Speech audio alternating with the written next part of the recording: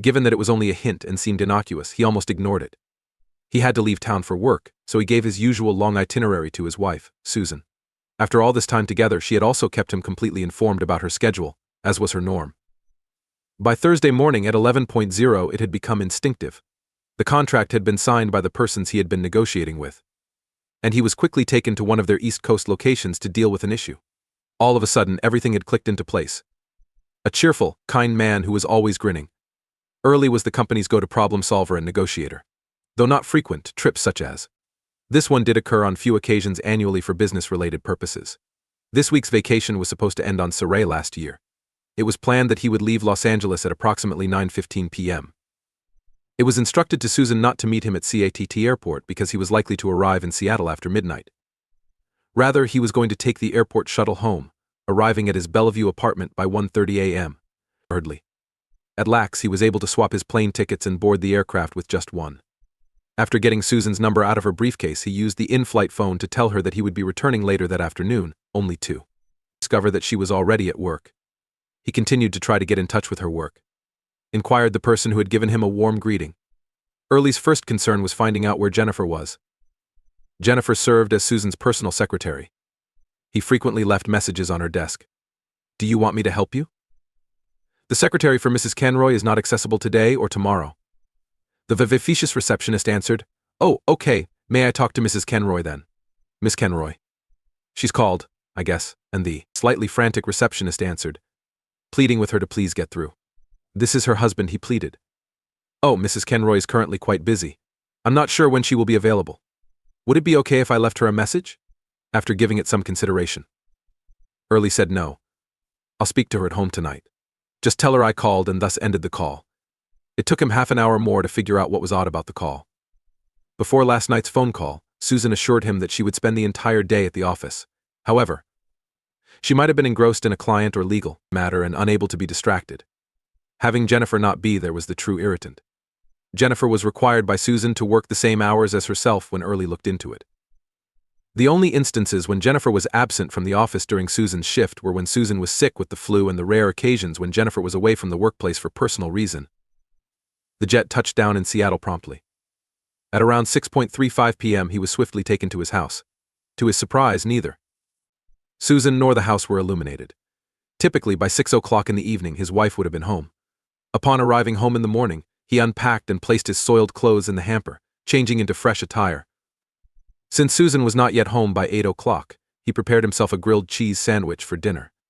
Sitting in front of the television, he anxiously awaited Susan's return. Concerned that something might have happened to her on her way back from work, he began to worry. However, he reasoned that if there had been an accident, someone would have notified the residents. In the event that he wasn't there, a message would have been left. He couldn't sit still from thinking about Susan. He started pacing the floor. She was not available when he tried to reach her by cell phone. Probably, he considered, because the phone was turned off. I wonder why she would have turned it off. The suspicion that something was very wrong had intensified by the time his personal cell phone phoned at 9:20. He picked it up and discovered Susan on the other side. The first words that came out of her mouth were Early. "I was beginning to wonder if something had gone wrong." She appeared anxious. "I called your hotel as usual after eating dinner, and they told me you had checked out. Are you all right?" "Yeah, actually, it's only a little shift in strategy," he said. "Where are you?" "I'm home. Just finished cleaning up the kitchen. It's been lonely around here tonight." "Will you be home Sunday as scheduled, and where are you staying?" As he spoke into the eerily dark kitchen, he assured the caller that he would be available all day Sunday. At his home, the negotiations had been relocated to the company headquarters earlier in the day, and they could contact him on his cell. Dishes from his impromptu dinner were stacked in the sink, and there was no sign of his wife. "Anything unusual come up today?" "I tried to get you at the office this afternoon." Oh no, nothing out of the ordinary. I was probably involved with John Stickner back then. He saved my bacon during the Melrose account controversy this week. I owe him a huge debt of gratitude," she replied, her voice carrying an underlying connotation that Early failed to decipher. "Honey, after I was able to turn that disaster around, it looks like I'm going to get that partnership. Mr. Jensen practically promised it to me," Susan said. "Isn't that grand?" "Sure is, honey. We will have to celebrate. I'm sorry I wasn't there tonight to get the celebration off the ground." "Don't worry about that, love. We can start our fiesta Sunday when you come home. Don't be late." I really miss you. It's going to be lonely in that big bed without you tonight. The connection was severed after a brief discussion on personal matters. As Early sat there thinking about all the lies Susan had told him. Tonight he felt a bitter taste in his mouth and a churning and twisting in his stomach. He thought his marriage and their love were solid as rock until this evening. It had always been accepted by him without question. Though Susan had complained about the huge bed, he was beginning to have his doubts. Before going to sleep, Early stayed up for hours on end, tossing and turning. He was wide awake at 7 in the morning, staring at the ceiling and making plans for the day. It dawned on him that Susan was not going home by 9. Zero's cell at her work rang. Instead of Jennifer answering the phone, it was the receptionist, and he respectfully asked to speak with Mrs. Conroy. She was reassured that the matter was not urgent by him, and he thanked her for alerting him that Mrs. Conroy was unavailable. He also promised to call back on Monday morning. Yes, that ought to function. Monday at 9:00. It should be Mrs. Conroy in the office. That's when you can give her a call, was the friendly response. Earl took the contact information from his wife's Rolodex at work and got into their SUV. They had purchased a dark green Explorer tow hitch, which they only used for camping, trailer towing, or trips into the Cascade Mountains. Even people who knew the car well were unaware of its identity. After leaving the Mercedes in the garage, he made sure Susan's gray BMW wasn't in the lot before making his way to her Bellevue office. He navigated it at a leisurely pace. He looked up John Stickner's address, which he had seen on her Rolo cards in the posh Medina area, with sorrowful heart. It was in a forested location, with thick shadows created by tall fir trees and an 8-foot red brick fence around the land when he found it. He observed Susan's BMW parked next to the garage as he walked slowly past. His eyesight grew fuzzy, so he drove over to the wayside, tucked away from the circular driveway, and took a moment to gather himself and wipe his eyes. Around the time he made his hasty stop at Bellevue, he was so late for breakfast that it was more like brunch, and he was seated around 11:30. Unsure about his stomach, he decided against ordering coffee and instead ordered a Belgian waffle and tea. An hour later, after carefully considering each bite, he paid the bill, left the restaurant, and made his way back to the road that went past Stickner's farm. He observed Susan's automobile was still parked there as he proceeded carefully. He passed Stickner's again after driving aimlessly for more than an hour and discovering nothing had changed with his wife's car. He drove home filled with anger and anguish, wondering what had happened to his wife, to the life he had once cherished. Is he ever going to smile again? He thought about it. The remainder of the day was spent drooling over the house. Rather than make dinner, he would choose to eat fruit drinks, colas, and snacks to dull the strange sensations of hunger. At 5:09, while he was preparing for sleep, the only respite came when Susan called him again on his cell phone. She was complaining again about how big and empty their bed seemed without him. Early complained, trying not to appear confrontational, but she had no clue how lonely a bed that size might be. Susan was so perplexed that she needed to understand his meaning. He waved the comment away, taking it to mean that she was admitting to being lonely in her own bed. He admitted to loving her more than his own life right before he hung up. He pulled himself into bed at midnight. He was left wondering if she truly loved him. Did she have a task in mind for him to complete? It was always going to be about her, not him. What went wrong, and why? What then was absent? Can he provide it for you? Does he have any options for fixing it? He was still not refreshed when he woke up at 8 in the morning, even after another rough night. Early sat in the living room with the lights out and the curtains drawn, listening to Susan's bean truck drive into the garage. It was about 10 o'clock. A little while later, she came from the garage into the kitchen. A small purse for the evening. Seated in his big, dark leather lounge chair, he saw her walk in. She was wearing a camel-plaited wraparound skirt and a sleeveless red blouse. There were 2 open buttons on top of the silk blouse. His 3rd anniversary gift to her, a thigh-clusen necklace, shimmered on her slender neck. She moved around the kitchen looking relaxed and rejuvenated. She halted in her tracks, staring at the pandemonium at the kitchen sink as she got closer. Not only had he forgotten to wash his breakfast dishes in the morning, but he had also forgotten to load the dirty glasses from the night before into the dishwasher. Susan knew, too, that the teapot on the stove was warming water. Susan looked around the room cautiously and with anxiety. Her only source of light was the dim light coming through the drawn curtains as she crossed the kitchen slowly and carefully. She stopped in the dining room to study the closed drapes framing the sliding glass doors leading out to the patio. She made sure to investigate every area of the room before moving on. She left her overnight bag on a chair in the dining room and tiptoed softly from the living room to the fireplace. She lifted the poker and then turned to face the room again. Early brought her attention to his mysterious presence at that same time, leaning back in his chair and sipping his tea. You scared me, oh my God. What time did you return home? Susan's voice was shaken with worry. Before he answered, there was a tense quiet, the instant appearing to linger as though time had stopped. In just a few days, he replied. His tone, normally animated, became lifeless. Susan slumped onto the chair across from him. Her knees weakening, the white and blue patterns becoming less distinct. She was brought to silence by shock. Why didn't you inform me? Why did you not pick up? In which location have you been lodging? With a flurry of emotions, she asked questions. Thursday afternoon I made an attempt to call. Neither the office nor your home were where you was. With a voice full of sorrow, he replied that Jennifer wasn't there either. I was right here when you phoned, he said, sipping his tea as he waited for the stillness to subside. Spend the night in that spacious, vacant bed you've been talking about. The air carried the distant sound of children's voices as the sand to Sunday warmed the pavement outside. The sound of one of their dogs barking filled the air, a sharp contrast to the stress within. The living room's drapes and blinds were pulled back as darkness fell. Other than Susan's raspy sobs, nothing else could be heard. Susan, would you like to tell me about it? Could you explain what occurred to me? Early took another drink of tea and continued in that same flat, lifeless voice. You didn't seem all that alone in your bed on Thursday and Friday evenings, in my opinion. Susan was crying aloud now, her hands covering her face and her head wobbling. I adore you, Early. This was unrelated to either of us or you. I felt compelled to do this, so please try to understand. It was unrelated to my affection for you or our relationship.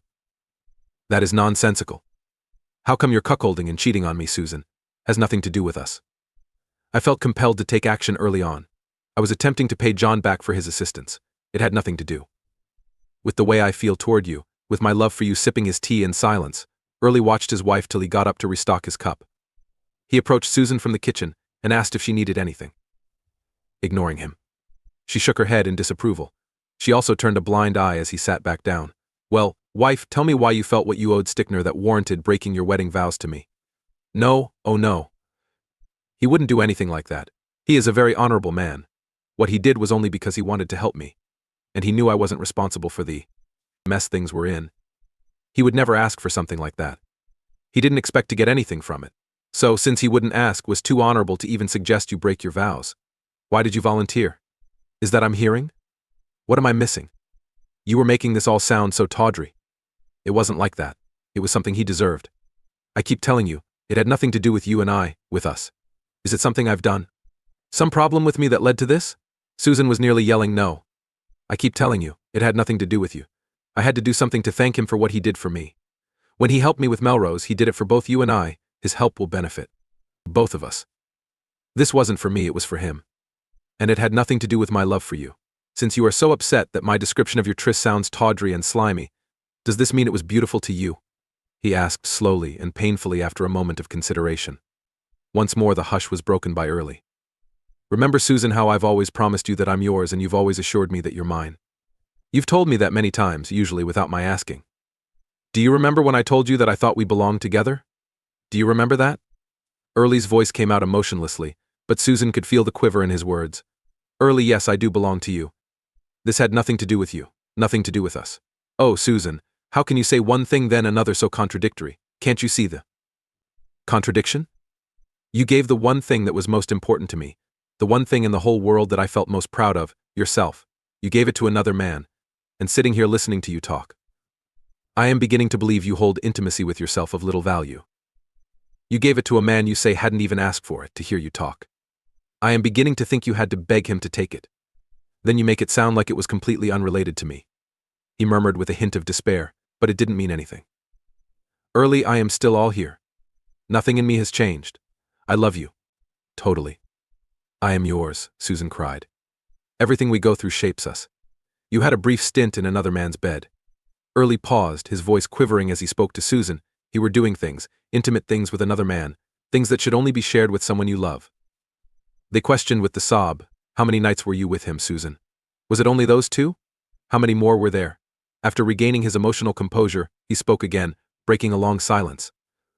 His words were once again devoid of any emotion. And yet, Susan, I can't help but wonder how many other men are deserving of what rightfully belonged to me. You tell me you're mine, and then you give yourself away so easily. Susan shook her head in denial at Early's words, her body trembling with sobs, slumping her shoulders. She crossed her arms over her face, her knees drawing up, and her hair falling forward to conceal her features. She seemed to shrink into herself. As the hours ticked by, the man sat in silent contemplation in his chair, while his wife remained hidden in the chair opposite him.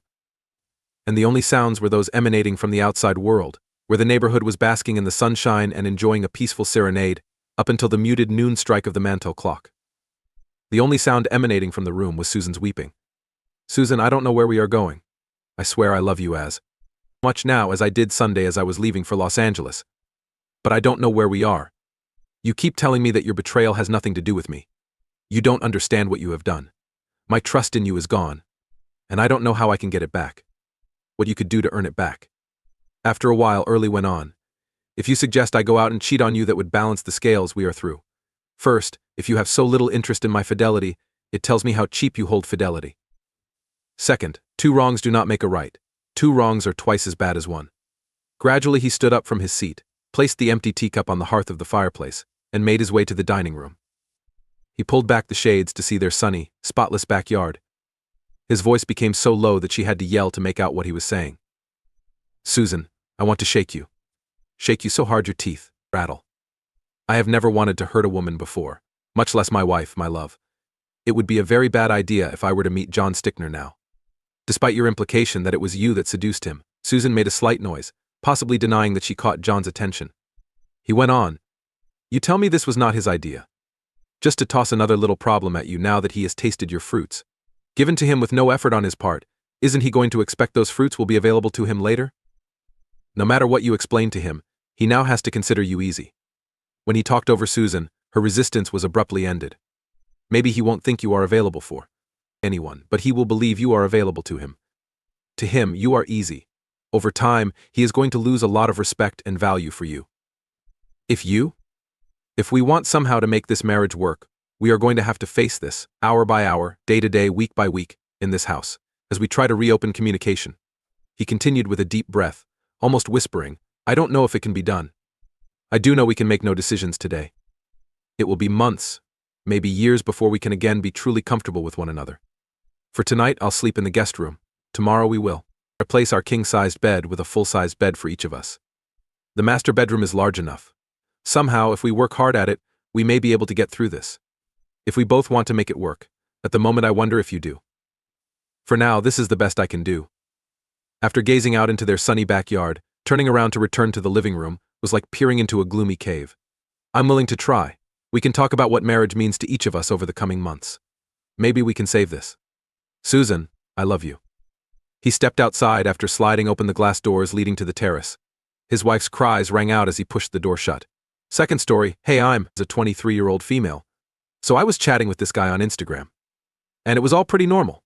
Nothing too flirty, just the occasional compliment here and there. Anyway, fast forward to us joking about a certain situation. He mentioned getting into a car accident the day we were supposed to meet in person and having to pay it off in a shady way. He even asked me to keep certain details about it secret. At the time, I thought it was just a joke because, people deal with fender benders all the time. So, I jokingly replied. Bride me then, thinking we were still just messing around. Next thing I know, he asks for my number, and I jokingly send him my account number, thinking it's all part of the joke. But then, out of nowhere, he sends me money. I was completely caught off guard because I never expected him to actually do it. And he had the nerve to say he doesn't joke about money. Then, 2 days later, I stumble upon something shocking. Turns out, he's married. I had this gut feeling to dig deeper into his account. And lo and behold, I find a video from a studio of their wedding day. It's crazy because neither he nor his wife have any pictures together on their accounts. So I had no clue he was married. Now I'm at a loss. What should I do? Third story. I'm a 43-year-old single father with a 17-year-old daughter. My daughter's boyfriend, who happens to be the same age, also has a single father who's a firefighter like me, albeit in different cities. Recently, he confided in me about his girlfriend of 5 years, cheating on him. It all started innocently enough, with her having to collaborate with a coworker on a project at work. Initially, he understood when she canceled dates for the project, but things took a turn when she started spending more time with her coworker than with him. Strangely, she never once acknowledged his concerns, instead lashing out with statements like, "Why do you think I'm cheating on you?" This went on for a whopping 5 months, during which she practically lived with her coworker. On their anniversary, he had planned a special evening and booked a room at a resort, only for her to cancel because the coworker wanted to go to Walmart to look at curtains. That was the final straw, And he confronted her. A response. A nonchalant "I'm not cheating. And you're an idiot." Shockingly, just weeks after their breakup, he discovered she was 3 months pregnant with the coworker's child. He knew it couldn't be as because they hadn't been intimate for at least 7 months due to her busy work schedule. The coworker denied paternity and promptly transferred to another city. Then, out of the blue, she showed up at his house while I was there, saying they needed to move past it, and insisting he still had a responsibility to the baby, even though it wasn't his. He simply gave her a blank stare, walked inside, and locked the door. Thanks for joining us on this chapter of Relation Tales. If you were moved by these stories, hit that subscribe button and ring the notification bell. Don't miss out on the upcoming emotional roller coaster of relationships. Your support means the world, and we can't wait to share more compelling tales with you. Until next time, remember, every relationship has a story worth telling. See you soon.